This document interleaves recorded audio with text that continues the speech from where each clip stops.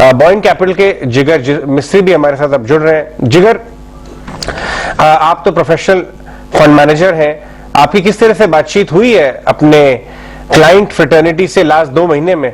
उनका फेथ, वो डरे सहमे नजर आ रहे थे या ईगर थे कि हम डालें क्या और पैसा टॉप अप करें क्या अपने फंड में? आपके साथ किस तरह की बातचीत हुई है आपकी उनसे?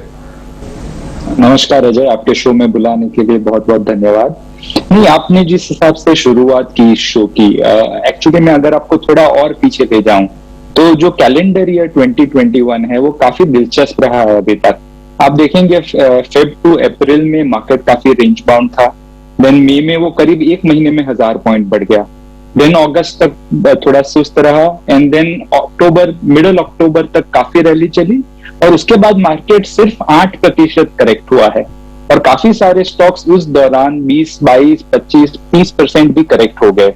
तो इसलिए ये जो रीसेंसी बायस है हमारा, इसलिए हमको ये लग रहा है कि मार्केट काफी करेक्ट हो गया है। अभी भी आप ओवरऑल देखें, इसकी वजह मैं एक जानता हूं जो बहुत क्लियरली दिख रही है, वो ये है कि एफआईआईज ने अक्टूबर और नवंबर में मिला के इतना ज्यादा सेलिंग किया हुआ है, जो मार्च 2020 जो कोविड वाला महीना था उससे भी ज्यादा सेल्स उनकी अक्टूबर और नवंबर 2021 में हुई है। और हमारा ये मानना है कि ये जो ईयर एंड की सेलिंग होती है वो नेक्स्ट ईयर में एलोकेशंस फिर होती हैं, तो ये लंबी चलती नहीं है।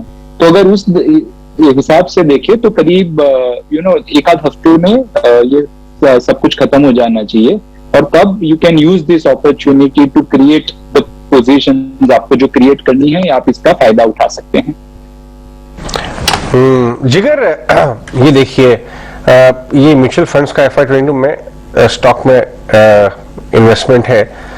अगर हम बैंकिंग सेक्टर की बात करें जिगर, बैंक्स का इसलिए मैं पूछ रहा हूं, बैंक के वैल्यूएशन देख रहा था, डायरेक्टर साहब अभी फायर करेंगे बैंक से वैल्यूएशन, लार्ज कैप बैंक्स के वैल्यूएशंस, जिस हिसाब से सेकेंड क्वार्टर में बैंकिंग सेक्टर ने नंबर्स दिए, चाहे कोटक की बात करें, एक्सिस की बात करें, ICICI की बात करें, 10-10% स्टॉक रिएक्ट किए थे। मतलब बाजार में एलिमेंट ऑफ सरप्राइज था उस तरह के नंबर्स और कमेंट्री का, और ये बात हम जानते हैं कि बाजार में एस्टिमेट्स की भनक लग जाती है उसके बावजूद भी, विच मींस जेन्युइनली कुछ एक टर्नअराउंड है। ये देखिए, ये प्राइस टू बुक वैल्यूएशन है। एक्सिस बैंक तो 1.6 नजर आ रहा है, IndusInd for their own reason 1.8। आज LIC ने भी बोला कि वो इंडसइंड में अपनी स्टेक बढ़ाना चाहते हैं। परसों की खबर ये है कि वो कोटक में भी बढ़ाना चाहते हैं। इस स्पेस पे आपका क्या व्यू है? अजय, हम इसमें बहुत ही कंस्ट्रक्टिवली देख रहे हैं। बैंकिंग स्पेस अगर आप देखें तो जो ये सेकंड क्वार्टर के नंबर आए थे उनके, वो काफी रिकॉर्ड प्रॉफिट्स थे, एंड मोर देन दैट उनकी जो कमेंट्री थी कॉन्फ्रेंस कॉल्स पे वो काफी ही कंस्ट्रक्टिव थी। तो बैंकिंग में 2 ही चीज है, एक है आपकी ग्रॉस बैड एसेट फॉर्मेशन कैसे हो रही है, जो NPAs है वो कितने बढ़िया घट रहे हैं, एंड सेकेंडली आपकी ग्रोथ कैसा आ रही है, लोन की मान लीजिए, NII की मान लीजिए, वो दोनों ही इसमें हमें लगा कि ये काफी कंस्ट्रक्टिव कमेंट्री थी। पर उसके बाद जितने भी आपके शेयर्स बढ़े थे सेकंड क्वार्टर नंबर्स पे, उससे भी काफी ज्यादा करेक्ट हो गए। अगर आप एंड ऑफ नवंबर में प्राइसेस देखें तो काफी करेक्टेड थे। हमारा ये मानना है कि जो FII पोर्टफोलियोज हैं, और उस पर हमने एक नोट भी लिखा था जो ET में पब्लिश हुआ था, इकोनॉमिक टाइम्स में, कि जो ज्यादातर FII का पोर्टफोलियो ओवरवेट है, उसमें अगर आप टॉप 10 स्टॉक्स देखें उसमें से 6 बैंकिंग सेक्टर के स्टॉक्स हैं। तो इसलिए जब वो उनका सेलिंग होता है मार्केट में तो वही बिकता है जो उनके पास है, एंड देयरफॉर इतने ज्यादा करेक्ट हो गए। इसमें अगर आपकी आप जो हमें पसंद है स्टॉक्स जो हमारे पोर्टफोलियो में है, वो है ICICI bank, SBI, federal bank, Canara bank. आपने एक्सिस बोला, वो भी काफी इंटरेस्टिंग है। इंडसइंड बैंक, हमारे हिसाब से वो इसकी वैल्यूएशन आप 1.8 बता रहे, पर हमारे हिसाब से काफी कम है अगर आप फ्यूचर के नंबर मान के चले। Axis also is at only 1.1 times, तो काफी कंस्ट्रक्टिवली पॉइज्ड है। It is one of our best preferred sectors at this point.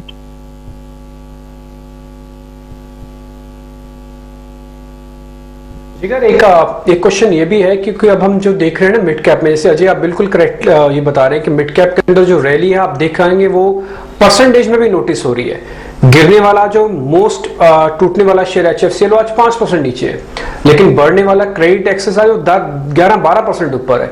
तो ये फर्क ये भी दिखता है कि एग्रेसिव होके काफी मिड कैप में बाइंग आ रही है। लेकिन ये बाइंग आगे किस सेगमेंट में आएगी? ये वो सेगमेंट है जो क्रिटिकली बहुत इंपॉर्टेंट है, जैसे कि इंडिया एनर्जी एक्सचेंज, ये शेयर बहुत अच्छा चला। कैपिटल गुड्स के शेयर पिछले 4 दिन से बहुत अच्छे चल रहे हैं। ये सेगमेंट टू सेगमेंट कहां पे आप बुलिशनेस देखते हैं मार्केट में?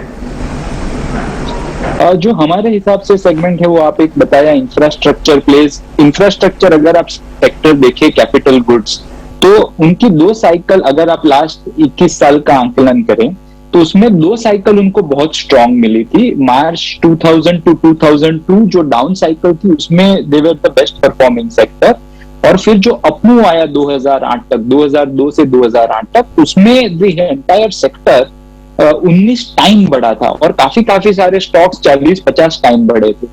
तो उसके बाद जो 2008 के बाद जो शुरू हुआ है, एक्सेस कैपेसिटी टेकआउट हुई है, वो करीब 12-13 साल का अंडर परफॉर्मेंस है, जो अभी ये सब stocks are trying to come out of that. इस 12-13 साल में काफी सारी कंपनीज ने अपने ग्रॉस ब्लॉक काफी अच्छे से बढ़ाए हैं।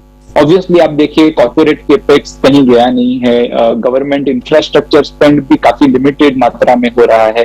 तो अगर इस पे कुछ दिखता है कि आगे चल के कुछ इंप्रूवमेंट हो रही है, तो काफी सारे इसमें स्टॉक्स है जो बहुत इंटरेस्टिंग जंक्चर पे हैं। उसके अलावा 1-2 केमिकल कंपनीज जो कमोडिटी नहीं है वो हमारे पोर्टफोलियो में है। काफी कमोडिटी केमिकल स्टॉक्स आप सही बता रहे हैं, काफी करेक्ट हुए हैं ओवर द लास्ट 2 वीक्स। पर जो 2 स्टॉक हमें पसंद है और हमारे पोर्टफोलियो में है, एक है फ्लोरोकेम, गुजरात फ्लोरोकेम, हम करीब 4 साल से उसको ओन करे जा रहे हैं, और दूसरा एक स्टॉक है सुदर्शन केमिकल। उन दोनों में हमें काफी रुचि खुलती हुई नजर आ रही है। थर्डली कमोडिटी स्पेस एक काफी इंटरेस्टिंग स्पेस अभी बन रहा है। आपने देखे अगर कि जो रीओपनिंग के बाद काफी कमोडिटी स्टॉक्स चले, उसमें कुछ अंतराल ये भी था कि आपका सप्लाई चेन पूरा कंस्ट्रेंट था। आपने देखा बाल्टिक फ्रेट इंडेक्स काफी ऊपर चला गया, काफी ग्लोबल ट्रेड में आपत्ति आ गई, जिसके कारण ये commodity price of commodity went up dramatically. हमें लग रहा है उस पर थोड़ी सी सेटबैक हो सकती है। कमोडिटी वैल्यूएशंस आप जानते हैं वो बहुत ही सिक्लिकल स्टॉक्स हैं। The right time to get out of some of this commodity names is, हो सकता है कि वो पीक में आपको थोड़ा सा गेन छोड़ के निकलना पड़े। तो हमने ओवर द लास्ट मंथ थोड़ा सा उस पर एक स्टेप बैक लिया है। हमने कमोडिटी साइकिल खूब खेली ओवर द लास्ट 6 और 8 मंथ्स, पर एक उस पर स्टेप बैक ले रहे हैं और select commodity, select chemical space और बैंकिंग स्पेस में हमारी रुचि ज्यादा है अभी। सर ये आप अगर आप कैपेक्स थीम को देख रहे आते हुए, तभी आपके पास कॉर्पोरेट बैंक से, तो आप इंजीनियरिंग और मिड टियर जो पूरा सप्लाई चेन के जो पार्ट्स होते हैं जो लार्ज कैपेक्स के अंदर यूज होते हैं, उसको आप कौन सी कंपनी के थ्रू खेल रहे हैं? ऑटोमेशन, इंजीनियरिंग, कैपिटल गुड्स वाला जो मिड टियर होता है। जो हमारे पास स्टॉक्स हैं अजय, वो आप बात सही है, पर हमारा स्टेज अभी भी वो इवैल्यूएशन स्टेज पे है अभी, क्योंकि जितना भी हाई फ्रीक्वेंसी डेटा देखे हम, उससे ये व्यतीत नहीं हो रहा है कि ये साइकिल टर्न हो चुका है, कंक्लूसिवली साइकिल टर्न हो चुका है कि नहीं, ये अभी नहीं दिख रहा है। एंड बहुत सारे स्टॉक्स इसमें ये सेकंड लेग और थर्ड डेरिवेटिव के प्लेस होते हैं। तो केपेक्स बढ़ जाता है, उसके बाद आपके स्टॉक्स करेक्ट ये इंप्रूव होना शुरू होते हैं।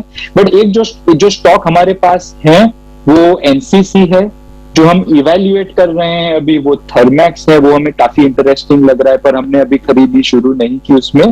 और कुछ ऑटो एंसिलरी स्पेस में बहुत इंटरेस्टिंग नाम आ रहे हैं, जो केवल इंडिया रीओपनिंग पे नहीं बट ग्लोबल रीओपनिंग पे आप खेल सकते हैं। Likes of Bharat Forge, Ramakrishna Forging, और एक स्मॉल कैप कंपनी जो आप इंजीनियरिंग तो नहीं बोल सकते उसे, बट एक एक्सपोर्ट लेड इंडस्ट्री को बिलोंग करती है, जो है पोकरना, जो ग्रेनाइट और क्वार्ट्ज का एक्सपोर्ट करती है।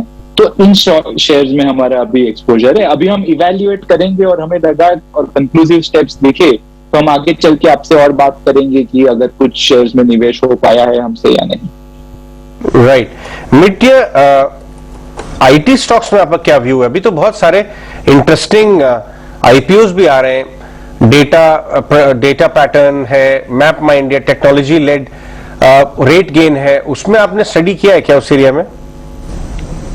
जो हमारे पास स्टॉक्स हैं अजय, वो ये हैं कि लार्ज कैप में हमें लगता है कि वैल्यूएशन काफी फुल है। और उसमें जो लार्ज कैप आईटी में एक सिर्फ एक जो स्टॉक है हमारे पास है वो HCL टेक है। हावेवर बीपीओ स्पेस और जो ये मिड टियर ER&D कंपनीज जो है उसमें हमारी काफी रुचि है। तो एक कंपनी है साइंट जो हमारे पास काफी सालों से है। ऑलसेक is another one of those plays which we have, and third is eClerx जो ये स्पेस में है, और फोर्थ इज फर्स्ट सोर्स। तो ये मिड टियर स्मॉल टियर में ये 3-4 कंपनी है जो हमारे पोर्टफोलियो में है। अभी जो आपने बताया अभी उस पे हमारा कुछ खास ध्यान बना नहीं है। जो नए IPO आए ओवर द लास्ट 2 मंथ्स उसमें हमने कुछ खास इन्वेस्ट नहीं किया। एक बड़ी चीज हमारे फंड के लिए ये है कंपनी की लिस्टेड हिस्ट्री होनी चाहिए करीब 4, 5, 7 साल की। If the company we don't think is an out and out winner, तो अनलेस ये हिस्ट्री हम बना नहीं लेते, उनके साथ इनफ कन्वर्सेशन नहीं हो जाती, हमने देख नहीं लिया है कि कैसे 1-2 साइकिल ये कंपनीज ने खेली है, तब तक हम इतना जल्दी जाके उसमें इन्वेस्ट नहीं करते हैं। तो इसलिए आपने जो नाम लिए उसमें से कुछ हमारे पास है स्टॉक आज की तारीख में।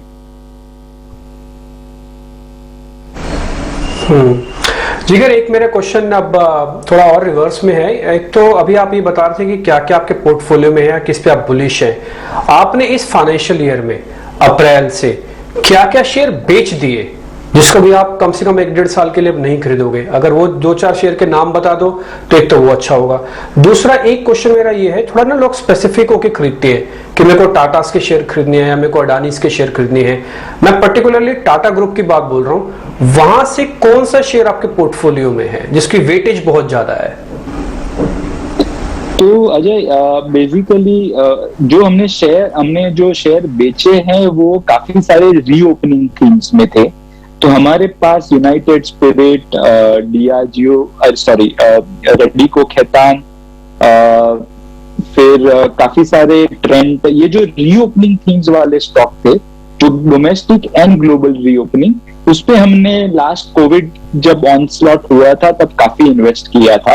अभी ये शेयर्स काफी 2.5-3-4 गुना बढ़ चुके हैं और हमें लग रहा है कि यहाँ से वो theme to a certain extent play out हो चुका है, इसलिए हमने उसमें से हमारा शेयर्स बेच दिए हैं। दूसरा हमने स्टॉक्स जो मैंने पहले बताया कि कमोडिटी हमको थीम अभी काफी फुल लग रही है, पॉसिबल है वहां से और गेन्स हो जाए, बट इसमें हमेशा खरीदना तब चाहिए जब पूरा management has thrown the proverbial towel, और तब मतलब पूरा मार्केट जब हताश है इनसे तब आपको ये शेयर्स देने चाहिए, और जब everybody is pricing in good things तब आपको ये बेचना चाहिए। ये थोड़ा रिवर्स साइकिल चलता है कमोडिटीज में, तो हमने काफी सारा हमारा कमोडिटी एक्सपोजर कम कर दिया है अभी। दूसरा आपका सवाल था कि कोई ग्रुप के हिसाब से कोई एक्सपोजर है, तो नहीं, हमारा ऐसा कोई ग्रुप के हिसाब से बड़ा टाटा ग्रुप के पर्टिकुलरली एक भी शेयर नहीं है हमारे पास, या मतलब जो मीनिंगफुल कहा जाए वैसा एक भी एक्सपोजर नहीं है। और हम ज्यादातर ये मान के चलते हैं कि बिजनेस और कमोडिटीज और ये स्टॉक्स वो लेने चाहिए जो आपके इवैल्यूएशन एंगल में फिट हो, रादर देन कोई ग्रुप के स्टॉक ले लो कि अदानी चलेगा तो सारे अदानी के स्टॉक्स चलेंगे, टाटा चलेगा तो सारे टाटा के स्टॉक्स चलेंगे। ये ह्यूरिस्टिक्स जो आप मापदंड बना देते हैं कि ऐसे करने से आपको सक्सेस मिलता है, वो लॉन्ग टर्म में हमने देखा है और हम काफी लिखते भी रहते हैं ये ह्यूरिस्टिक्स लॉन्ग टर्म में ज्यादा पे आउट नहीं करते हैं। तो आप ईच एंड एवरी बिजनेस को as a standalone business evaluate करें, और तब जाके अगर आपको इंटरेस्टिंग कुछ लगे तो evaluate case by case basis पे करें, तो लॉन्ग टर्म तभी सक्सेस का चांस ज्यादा है हमारे नजरों में।